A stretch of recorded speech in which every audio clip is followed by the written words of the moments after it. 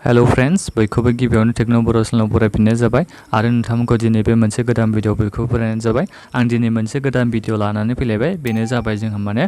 Forest डिपार्टमेन्टनिफ्राय मोनसे recruitment फैदों आरो जायफोर बिथांमोना हायार सेकेन्डारि पास जानाय एबा डिग्री फरायगासिनो दं बिथांमोना माने बे फरेस्ट डिपार्टमेन्टनि थाखाय नोंथांमोना माने एप्लाइ खालामनो हागोन आरो अनलाइन नोंथांमोना बेखौ अनलाइन एप्लाइ खालामनो हागोन आरो आं बिनि बागैनो बे भिडिअनि गेजेरजों नोंथांमोननो गासैबो प्रसेस एबा डिटेल्सखौ खोन्थानो नागिरदों। बेनिखायनो आंनि मोनसे रिक्वेस्ट भिडिअखौ जागायनायनि सिगां अन्नानै चेनेलखौ साबस्क्राइब खालामाखैबा चेनेलखौ साबस्क्राइब खालाम आरो लोगोसे बेल आइकनखौ दाबायना हो। फरेस्ट डिपार्टमेन्टनिफ्राय फैदों बे रिक्रुटमेन्टआ जायनि रिक्रुटमेन्टनि नामा जाहैबाय जोंनिया फरेस्ट गार्ड। बे फरेस्ट गार्ड ओमफ्राय मोनसेया जाहैबाय फरेस्टार आरो फरेस्ट गार्ड माने फरेस्टार आरो बिनि बागैनो आं खोन्थानो सानदों। अर्गानाइजेसननि नामा जोंहा जाय जायगानिफ्राय जोंहा पस्टआ फैदों बेनो जाहैबाय department of environment forest and climate change बेनिफ्राय फैदों आरो जोंहा रिक्रुटमेन्टआ। पस्टनि नामखौथ' आं सिगाङावनो खोन्थाखाबायमोन फरेस्ट गार्ड माने फरेस्टार आरो नाम्बार अफ भेकेन्सि गासै पस्टआ जोंहा होनाय दं 484 पस्ट दं आरो टटेल पस्टआ। पे स्केल हिसाबै एबा सेलारि हिसाबै नोंथांमोना मोनगोन 21,000निफ्राय 69,000सिम लेभेल 3नि जोहै नोंथांमोना बे सेलारिखौ मान्थलि मोननो हागोन आरो क्वालिफिकेसनाथ' आं दहायनो खोन्थाखाबाय जायफोर बिथांमोना हायार सेकेन्डारि पास एबा जायफोर बिथांमोना डिग्री फरायगासिनो बिथांमोना माने अनलाइन एप्लाइ खालामनो हागोन आरो एजनि माखासे लिमिट होनाय दं। बेहाय आं बेखौनो खोन्थानो सानदों मिनिमाम एजआ जोंहा जाथारनांगोन 18 इयार्सनि गोजौआव जानांगोन आरो मेक्सिमाम एज होनाय दं जायफोर बिथांमोना जेनेरेल केन्डिडेट बिथांमोननि थाखाय एज लिमिटआ जाहैबाय जोंहा 23 इयार्सनि गेजेराव थानाय एप्लाइ खालामनो हागोन आरो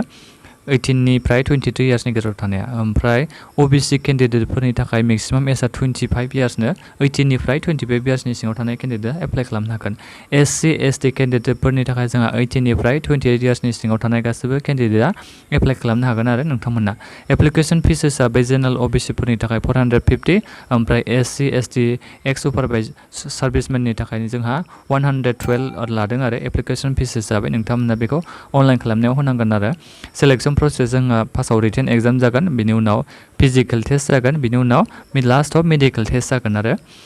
एप्लाइनि मोडखौथ' आं दहायनो सिगाङावनो खोन्थाखादोंमोन आङो नोंथांमोना बेखौ अनलाइन एप्लाइ खालामनो हागोन आरो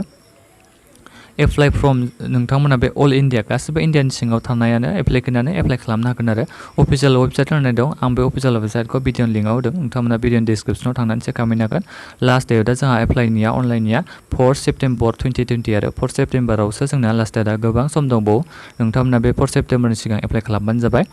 इम्पर्टेन्ट लिंक्स होनाय दं बे माखासे अफिसियेल नटिफिकेसन PDF ओमफ्राय एप्लाइ अनलाइन आं बे अफिसियेल नटिफिकेसन PDF बेनि लिंकखौबो आं भिडिअनि डिसक्रिपसनाव होदों नोंथांमोना भिडिअनि डिसक्रिपसनाव थांनानै नटिफिकेसनखौ मोजाङै फरायग्रोबानो जाबाय एप्लाइ खालामनायनि सिगां ओमफ्राय एप्लाइ अनलाइननि लिंकखौबो आं भिडिअनि डिसक्रिपसनाव होदों। आं दायो नोंथांमोननो खोन्थानोसै माबोरै अनलाइन एप्लाइ खालामनो हायो। एप्लाइ अनलाइनाव आं दा अपेन खालामसै माने बेखौ लिंकखौ आं खुलिबाय आरो दा बे अनलाइन एप्लाइआव फैबाय आं। बे अनलाइन एप्लाइआव नोंथांमोना फैनाय लोगो लोगो बेहाय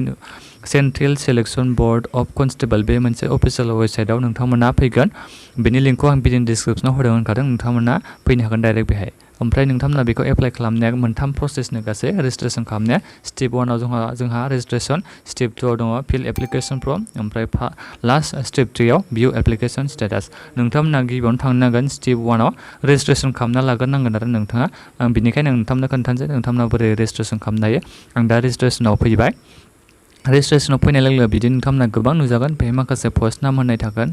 ओमफ्राय बिदिनो अनलाइन एप्लिकेसन माबाया फिसा बेसेबां लागोन बेखौथ' आं खोन्थाखाबायमोन आरो बेहाय होनाय दंबावो आरो एससि एसटि ओबिसि बिथांमोननि थाखाय अनलाइन एप्लाइ